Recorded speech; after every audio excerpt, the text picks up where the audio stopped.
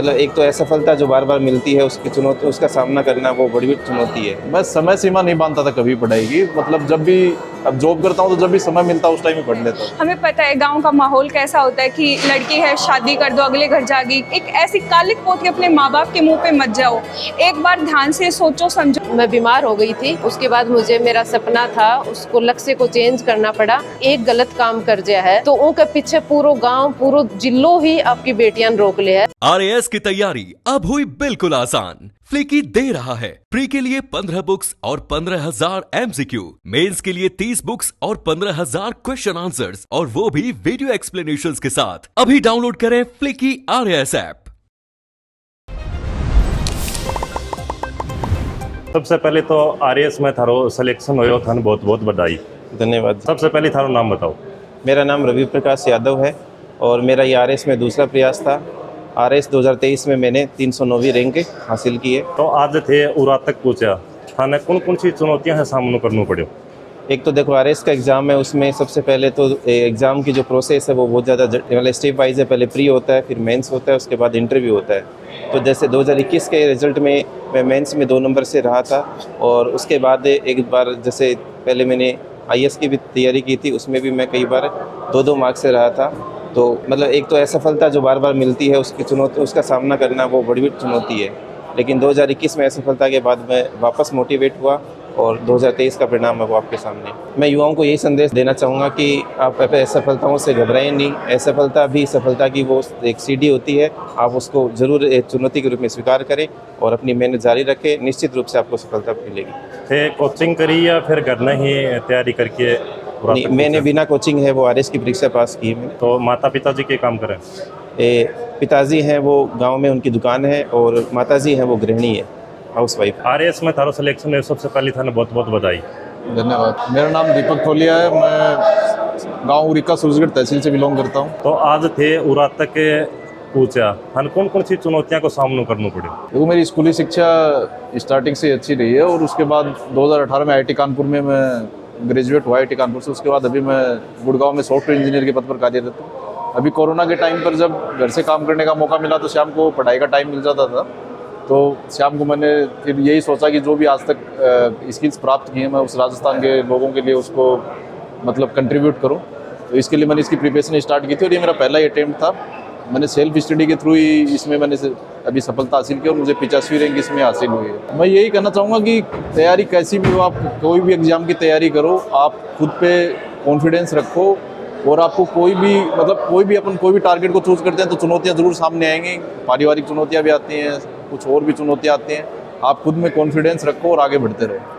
RAS में लागण खातर कितना के घंटा पढ़ना पड़ा? कई कहे कि 8 से 10 घंटा या 12 घंटा पढ़ना पड़ा है, या चीज बात कहाँ तक सत्य है? देखो, मैं तो जागतो उतनी देर ही पढ़तो, और वो ये क्योंकि हम कोई सीमा को नहीं पढ़ाएगी, तो जब तक मैंने खुद में कॉन्फिडेंस ना हो तो कि मैं वो एग्ज़ाम पास कर सकूँ, तब तक मैं वो चीज़ ना पढ़ता हूँ। परिवार के अंदर पिताजी सरकारी सेवा में था, लेकिन मैं वाटर वर्क्स में पंप चालक था। बाकी तो ऐसे मेरे जीजाजी भी अभी रिसेंटली असिस्टेंट प्रोफेसर में उनका सिलेक्शन हुआ है। तो रात में कितनी देर के पढ़ा करता? मैं समय सीमा नहीं बांधता था कभी पढ़ाई की, मतलब जब भी अब जॉब करता हूँ तो जब भी समय मिलता उस टाइम ही पढ़ लेता था।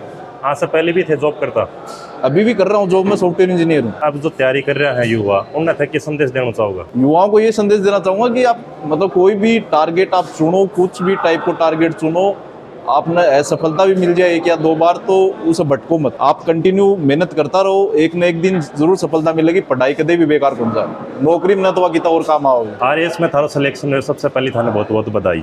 धन्यवाद। सबसे पहले थे थारो नाम बताओ। मेरा नाम रौनक है, रौनक बलवदा, जारोडा गांव। 2018 की वैकेंसी का रिजल्ट आया था, उसके बाद मैंने डिसाइड किया था RAS की तैयारी के लिए। फिर मैंने RAS प्री के लिए पढ़ना स्टार्ट किया था, और 21 में मेरा प्री हुआ, और भगवान की मेहर से मेंस भी निकला। फिर 2021 में मैंने मेरा पहला अटेम्प्ट दिया था, और मेरी जो सारी स्टडी थी वो सेल्फ स्टडी बेस्ड थी। और 2021 के फाइनल में मेरी 774वीं रैंक थी, और 2023 के वैकेंसी के लिए मैंने खुद से प्रिपेयर किया था और कोचिंग की टेस्ट सीरीज की हेल्प ली थी। तो युवा तैयारी करें बढ़ने के लिए करना चाहोगा? मैं यही कहना चाहूँगी कि है ना, बहुत बार आप तैयारी कराओ और अपनी आशा के अनुरूप अपन रिजल्ट कौन मिली जाए। मैंने भी मेरे पहले अटेम्प्ट में सफलता कौन मिली थी, मैं निराश भी थी, लेकिन हाँ, ये ज़रूर विश्वास था कि अगर इतना आगे आ गए हैं तो अभी बीच में छोड़ा नहीं जा सकता। मैंने फिर से अपनी पूरी एनर्जी के साथ अपना सेकंड अटेम्प्ट दिया और इस बार मुझे सफलता मिली। परिवार की तरफ से, मेरे पूरे परिवार का, रिश्तेदारों का, सभी का ही बहुत ज़्यादा सहयोग था। लेकिन मैं ये कहना चाहूँगी, जो मेरे पापा थे ना, मेरे पापा ने मुझे सबसे ज़्यादा सपोर्ट किया है। हमें पता है गाँव का माहौल कैसा होता है कि लड़की है, शादी कर दो, अगले घर जाएगी, क्यों पढ़ा रहे हो, फालतू में पैसे लगा रहे हो। तो ये सारी चीज़ें हमें सुनने को मिलती थी। लेकिन मेरे पापा, उन्होंने हर एक जो मेरा डिसीजन था उसमें मुझे सपोर्ट किया है। तो सबसे ज़्यादा श्रेय मैं अपने पापा को देना चाहूँगी। अब समाज की बात करिए, जैसे आप अभी देखा भी, खबर भी बहुत सारी आ रही है, कई लड़कियां जो शादी करें तो पढ़ने देखा जाए। मैं ये कहूँगी कि ये जो उम्र होती है ना, इसमें हम बहुत इम्पल्स डिसीजन लेते हैं। हम अपने जो लॉजिक हैं उनसे डिसीजन नहीं ले पाते। मैं यही बोलना चाहूँगी कि अपना जो दिमाग है उसको स्थिर रखो। और हमारे जो माँ बाप है ना, उनसे बढ़ के सगा हमारे लिए कोई नहीं है। उन्होंने इतना कुछ पाल पोस के हमें बड़ा किया है, वो हमें पढ़ा भी रहे हैं। तो फिर अगर एक ऐसी कालिक पोत के अपने माँ बाप के मुंह पे मत जाओ। एक बार ध्यान से सोचो समझो, ये जो उम्र का जो पड़ाव है, इस पे ना ऐसी जो भावनाएं होना वो बहुत ही आम बात है। लेकिन इसमें इतना बड़ा डिसीजन लेना, अपने माँ बाप को छोड़ के भाग जाना, वो बहुत ही शर्मनाक है। अब जो युवा जो तैयारी कर रहे हैं, थारो वीडियो देखेंगे, उनने थे कि कहना चाहोगा? मैं यही बोलना चाहूँगी कि ना, आपने जो भी लक्ष्य निर्धारित किया है वो किसी फील्ड में हो सकता है। अपना जो जीवन है वो व्यर्थ मत कीजिए, क्योंकि कितनी सारी योनियों में भटकने बाद मनुष्य का जीवन मिलता है। तो अपने लिए एक लक्ष्य निर्धारित करो और अपना जो जीवन है ना वो अनुशासन के साथ जियो, और सफलता तो आपको एक ना एक दिन मिल ही जाएगी। बाकी अपने जो जीवन है उसको बेहतर बनाने पे ध्यान दें। आरएएस में थारो सिलेक्शन हो, सबसे पहली थाने बहुत बहुत बधाई। आपको भी बहुत बहुत धन्यवाद, थैंक यू। सबसे पहली ये थारो नाम बताओ। मेरा नाम रवीना है, रवीना चौधरी। आज उरात तक आरएएस में पूछने खातर थाने कौन सी चुनौतियों को सामना करना पड़े वास्ते? आरएएस की सफलता में बहुत ज़्यादा चुनौतियाँ आई। जैसे कि मेरी एजुकेशन है वो साइंस फील्ड से है। असिस्टेंट प्रोफेसर का मेरा सपना था, उसके लिए मैंने एमएससी की मैथमेटिक्स से। उसके बाद कुछ मैं बीमार हो गई थी, उसके बाद मुझे मेरा सपना था उसको लक्ष्य को चेंज करना पड़ा। फिर मैंने फील्ड में आने की कोशिश की, तो 2021 में सब इंस्पेक्टर में मेरा चयन हुआ। तो उसके बाद मैं और भी ज़्यादा मोटिवेट हुई। राजस्थान का मेरा पहला ही कंपटीशन एग्ज़ाम था सब इंस्पेक्टर 2021, और उसमें मुझे बहुत अच्छी सफलता मिली। तो उसने मुझे और भी आगे बढ़ने का मोटिवेशन दिया। और फिर मैंने 2023 की भर्ती में मैंने आरएएस के लिए प्रयास किया, और प्री मेंस और इंटरव्यू मैंने एक ही बार में क्लियर करके मैं अभी आपके सामने। परिवार के अंदर सरकारी सेवा में मेरे दादाजी हैं, सब इंस्पेक्टर से रिटायर हैं पुलिस में। मेरी बुआ जी भी पुलिस में हैं, और मेरे ननिहाल में भी सब जॉब में है, ननिहाल में आर्मी से हैं। सबसे ज़्यादा सपोर्ट मेरा नाना नानी का रहा। मेरे नाना जी आर्मी में कैप्टन से रिटायर हैं, और मेरे नानी बहुत अनपढ़ हैं, लेकिन उनका जो मोटिवेशन लाइन है कि बेटी एक दिन तेरा ज़रूर आएगा, तो वो आज आ गया है। और मैं उनको बहुत ही धन्यवाद ज्ञापित करती हूँ कि उनकी जो बातें हैं, उनकी कहानियाँ हैं, उनकी लाइफ स्ट्रगल हैं, उन्होंने मुझे ज़िंदगी में आगे बढ़ने का हमेशा सहारा दिया है, और मैं उनको बहुत बहुत धन्यवाद ज्ञापित करना चाहती हूँ। और इस सफलता में मेरे माता पिता, सभी गुरुजन और सभी का सहयोग सम्मिलित रहा। अब जो युवा तैयारी करेंगे तो पढ़ने जो कर रहे हैं, पढ़ने के करना उनमें मैं यही कहना चाहूँ कि लगातार अभाव हो सका है, कोई भी सुविधा को अभाव हो सका है, इकोनॉमिक कंडीशन हो सका है, कोई पारिवारिक परिस्थिति यहाँ हो सका है, लेकिन अगर आप सच्चे मन हो कोई भी मंजिल ठान लिया, तो उन अगर लगातार सच्चे मन हो प्रयास करा, तो एक दिन नहीं तो दूसरे दिन तो आप जरूर अचीव कर सकांगा। अपन तैयारी नहीं छोड़नी चाहिए, अपन अपना प्रयास नहीं छोड़ना चाहिए, एक दिन सफलता जरूर मिलेगी।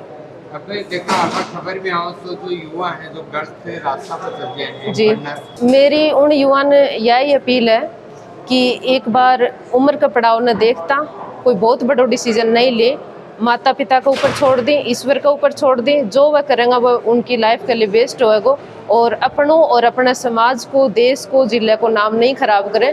क्योंकि खासकर अगर मैं बेटियां के लिए कहना चाहूँ तो बेटी અહીંયા की है, जो अगर समाज में एक बेटी पढ़ जाए तो उनके पीछे पूरा गांव अपन की बेटियां पढ़ाओगे। अगर कोई बेटी एक गलत काम कर जाए है तो उनके पीछे पूरा गांव, पूरा जिलो ही आपकी बेटियां रोक ले है, तो वह खुद को भी भविष्य खराब करें और पूरे जिले को भी भविष्य खराब करें। तो मेरी उन्होंने खास अपील रहेगी कि एक बार ये यहाँ का जो लाइफ का डिसीजन है, बड़ा डिसीजन है, माँ बाप पे छोड़ देना चाहिए और समाज पर छोड़ देना चाहिए। वह अपने लिए बहुत बेस्ट करेंगे। उन्हें अपन जन्म दियो, अपनी परवरिश की है, तो अपन बहुत ज़्यादा भागीदार नहीं बना।